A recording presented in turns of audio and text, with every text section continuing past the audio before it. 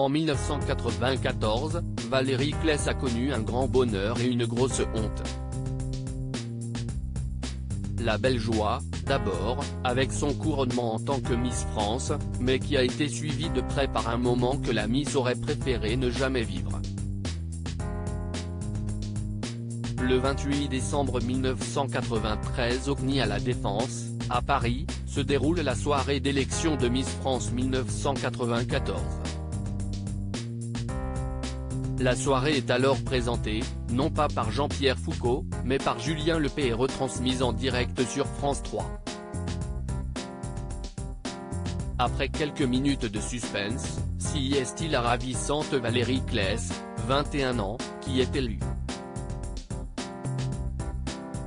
Elle est la deuxième Miss Pays de Loire élue Miss France, 2 ans après Linda Hardy. La jolie brune monte sur le podium blanc au centre de la scène.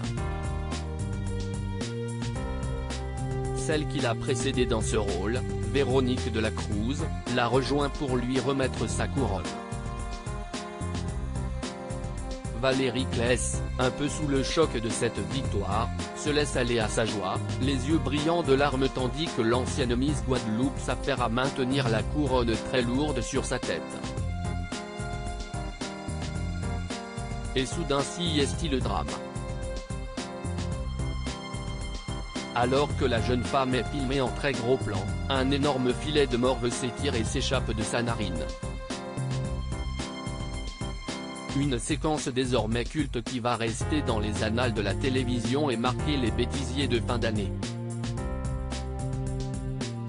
De Miss France à la télé-réalité. À la suite de son année de Miss France, la jeune femme va co-animer le tiercé avec Daniel Leclerc, ainsi que l'émission 40 degrés à l'ombre présentée par Vincent Perrault sur France 3.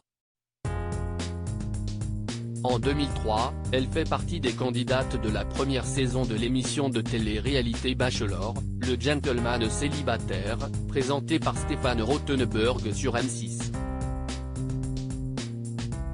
Son statut d'ancienne reine de beauté ne lui porte toutefois pas chance, puisqu'elle est éliminée dès le début du jeu.